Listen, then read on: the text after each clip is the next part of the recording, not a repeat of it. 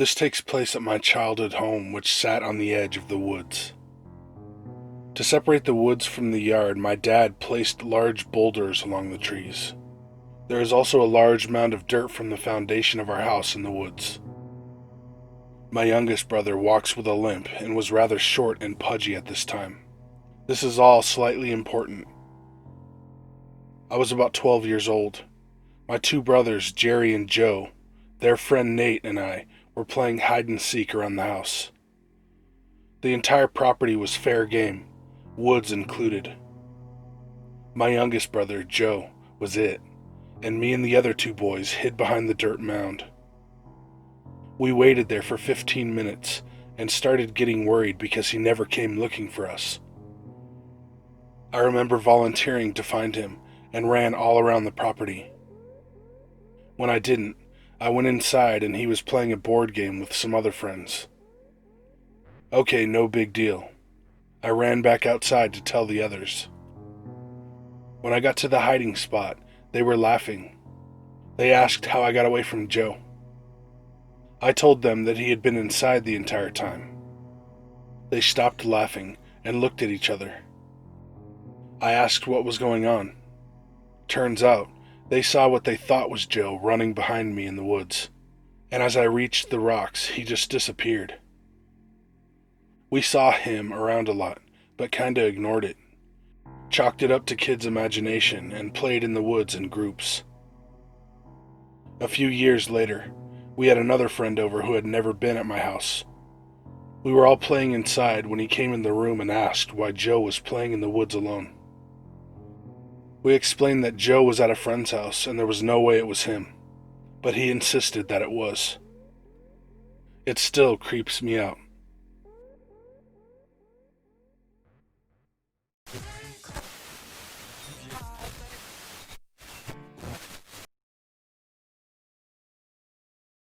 I live in rural Appalachia and adore the wilderness. I often invite friends to come out and camp with me. One, because I enjoy sharing the wilderness with people close to me, and two, because there's a creature that lives in my woods, as mentioned in a previous post. A couple years ago, maybe 4 or 5, my aunt bought a small cabin from the Amish. She intended it to be used as a playhouse for my younger cousins, but my cousins never enjoyed it, and could never stay a full night there. The weekend after school came around, and I called out to my friends to see if he'd like to stay in the woods for the weekend. He agreed and had his mom bring him out. We started walking and made it not even halfway to our destination when he asked if we could just stay in the new cabin for a night or two because the weather said it was going to storm anyway. We walked back to the top of a hill so I could text my aunt, and she gave me the okay. It was starting to get dark, so we went ahead and settled down completely in the cabin and started eating what were supposed to be camping rations. We talked and talked for hours until we looked out the window and noticed it was dark out and the rain was coming down. We decided it was best to lay down and go to sleep. He passed out almost instantly, leaving me alone in pitch-black darkness, listening to the sound of heavy rain hitting the tin roof. I didn't even realize I fell asleep until I heard loud knocking and rattling on the door, and I figured my buddy went out to pee or something. The door had a large window, and I could clearly see someone standing there. I was dreading having to crawl out of the blankets into the slightly moist, cold, still-aired room to let him in after he somehow locked himself out. So I rolled over and prepared to stand up, and as I was, I faced his bed, which I couldn't make out the shape 100%, but as I focused my eyes more, I could see he was still in it. I froze and was in pure terror for what seemed like at least an hour when I hear the thing at the door make a sound akin to clearing its throat and run into the woods. I waited at least 20 minutes before asking if my friend was awake, and he immediately said, "Yeah, did you see and hear that thing too?" I asked. "Yes," he said. "Were you awake when it was whispering?" "No," I said. We lay there, too scared to move or make a sound above a whisper for hours. I would start drifting off and almost immediately start hearing something tapping on the window, but I would try my best to ignore it, even when I could clearly hear something rubbing its fingers on the edge of the tin roof on my side of the cabin. Morning came, and I felt like death. My buddy didn't feel as bad, and apparently thought the figure was a dream, but he quickly realized it wasn't, the more details I brought up. We packed up and started to make our way back to my house. Halfway up the hill to my house, I realized the scariest part of everything the night had to offer. We never locked the door.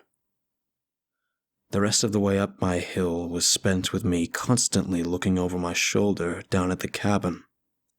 To this day, I haven't spent another night in it, or gave it a glance longer than 2 seconds on our way to the woods. If you have any questions about any part, feel free to ask. Although this happened years ago, I remember most of it very well.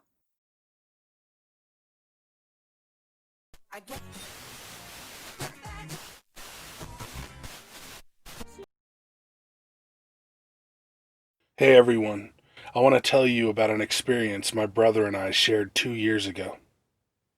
We were bored one day and decided to go check out this cemetery in Santa Cruz. We went in and walked around, but nothing really happened, so we decided to leave. The cemetery is on a supposedly haunted road that leads up into the woods. This road is said to be haunted by a lady in white who tries to hitchhike. So along this road we're driving down, it leads into a forest area. A couple of miles down from the cemetery, you can pull to the side of the road and walk along this hiking trail. So we decided to do it. About 10 minutes into the trail, we stumble upon abandoned train tracks and a barely standing bridge. We go down under the bridge and just mess around, looking at the cool architecture. It's the middle of the afternoon. We get bored and start back up the hill that leads back to the trail. When we get to the top, we're a little exhausted because the hill is kind of steep, and you have to use the trees around you as leverage to climb back up. So we're standing around back on the trail when we both notice something out of the ordinary. We hear a voice, like a grown man shouting and screaming very angrily. And when I say angry, I mean angry. This voice sounded like a rage-filled, hateful, murderous man. We quiet down, and I can tell the voice is very far away. Almost sounded like it was in the mountains around us. We both look at each other like, what the hell is that? So we're standing there listening for like 15 seconds, and the next thing we know, the voice comes from what sounded like hundreds of feet away to being like right down at the end of the trail. The inhuman speed that the voice came closer to us was unnatural. It's getting closer to us, and I'm thinking this guy is about to kill someone out of rage. But the weird thing is that the voice is speaking in what I can only call gibberish. I understood not one word it was saying. I instantly get this fight or flight feeling all over my body because this voice starts getting very loud and closer to us at inhuman speeds. I tell my brother to pick up some huge sticks with me to defend ourselves, because even though this seemed like some paranormal event, I still had the assumption it was some kind of crazy person ready to kill someone. We pick up the sticks and run down the trail back to the car. As we're running away from this voice that's coming down the other end of the trail, I hear the voice come up behind us in an instant. It sounded like he was no more than 10 feet behind us, chasing us back to the car. I look back, even though I don't want to, because I have to see how close this psycho is from us.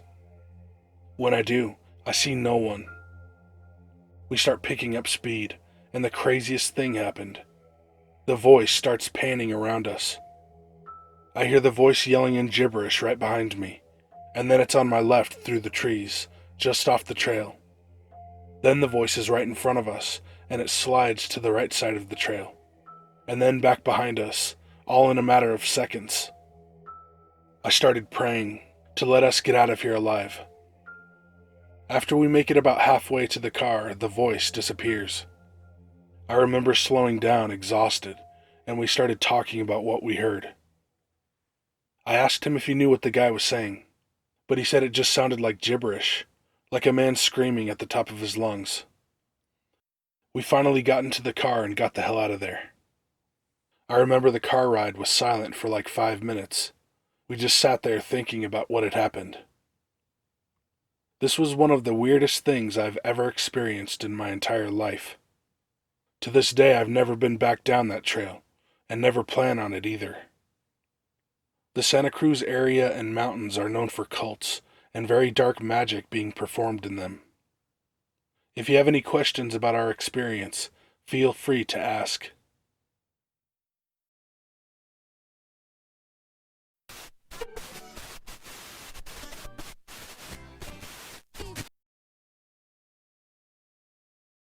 So this happened a few years ago to my fiancé and I while we were living at my mother's house for a little while, and we were between places. It was nighttime during the summer, and we were out walking the dog and having a good time, as it had been oppressively hot earlier that day. Our dog was walking along, enjoying his walking time, and we were almost home. Suddenly, my fiancé stops dead still and presses her hand against my chest to stop me from moving forward. "What's up?" I say, and notice my dog has stopped still, staring intently at something in front of my mom's place. She had this porch light which illuminated the lawn a little bit, and as my sight line went from my dog to the front lawn, I saw, well, I don't know exactly.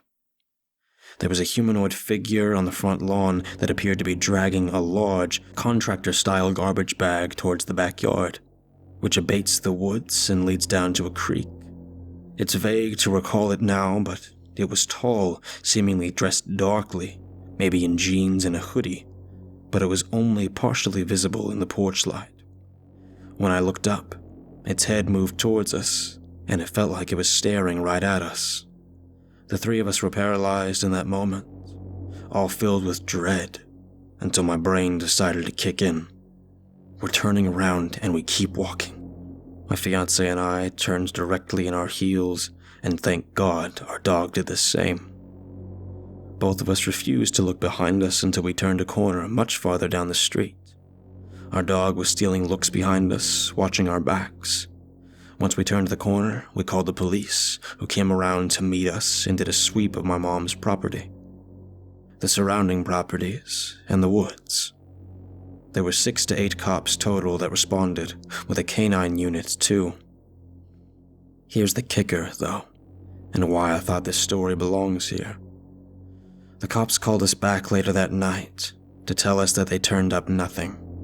No footprints or evidence of anyone on the lawn, no drag marks from the bag. Their dogs caught no abnormal scents in the area. My fiancé was livid at the time because we definitely saw someone there, and from then on we walked our dog with knives and a walking stick at the ready just in case.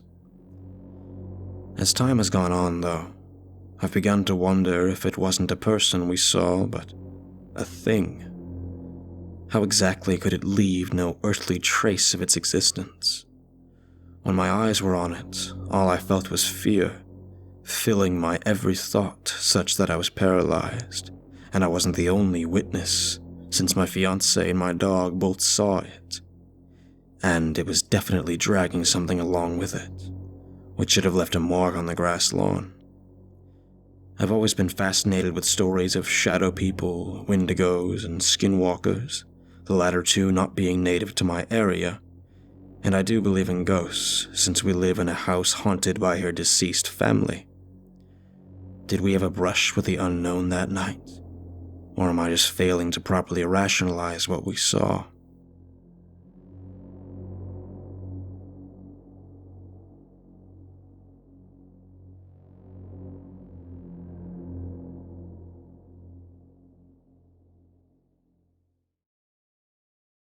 Hey guys and ladies, thanks for watching. Links to all my shit are down in the description. My merch, my Patreon, my Discord, my other channel. I also want to thank Viidith22 for working with me, and I put a link to his channel in the description. The dude's a beast. I'm glad we finally did something together, so check him out.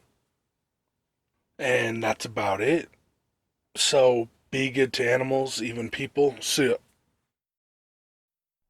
Ja, snämar, värksbes, hörs.